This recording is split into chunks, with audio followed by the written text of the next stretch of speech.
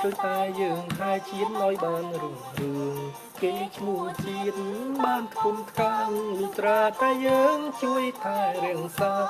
ទោះបីខ្មែរទៅនៅប្រទេសណាចូលក្រុមពេជ្រថាយើងកាពីជាតិខ្មែរឲ្យបរទេស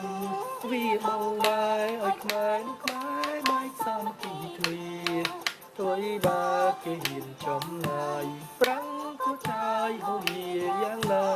ត្រូវគុំភ្លេចជនជាតិខេមរារំលឹកផ្លៃថ្លាតាំងពីបុរាណគេឈ្មោះជាតិនៅគង់វង្សបានយូរព្រោះតែយើងស៊ូរួបរួមគ្នាក្រុមប្រាណ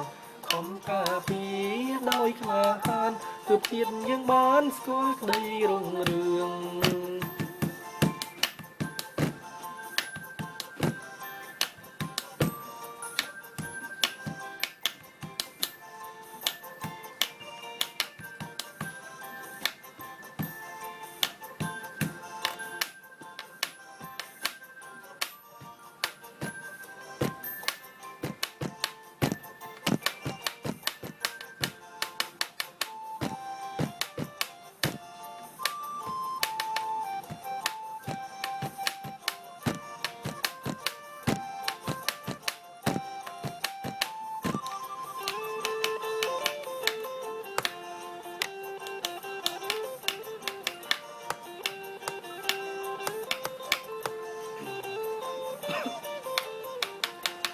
ជនជាតិខ្មែរកើតនៅលើដីខ្មែរព្រោះតែយើងតែជាតិឲ្យបានរុងរឿងគេឈ្មោះជាតិបានធំថ្កើងលុះត្រាតែយើងជួយថែរក្សា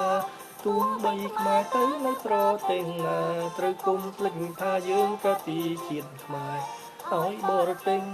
វាបងបាយឲ្យខ្មែរនឹងខ្មែរបែកសាមគ្គីគ្នាអ្វីបើគេហ៊ានចំណាយប្រាំងក៏ចាយហូរយ៉ាងណាត្រូវគុំភ្លេចជនជាតិខេមរារំលឹកថ្លៃថ្លាតាំងពីបុរាណគេឈ្មោះជាតិនៅគង់វង្សបានយូរព្រោះតែយើងស៊ូរួបរួមគ្នាក្រុមប្រាណខំការពារដោយក្លាហាន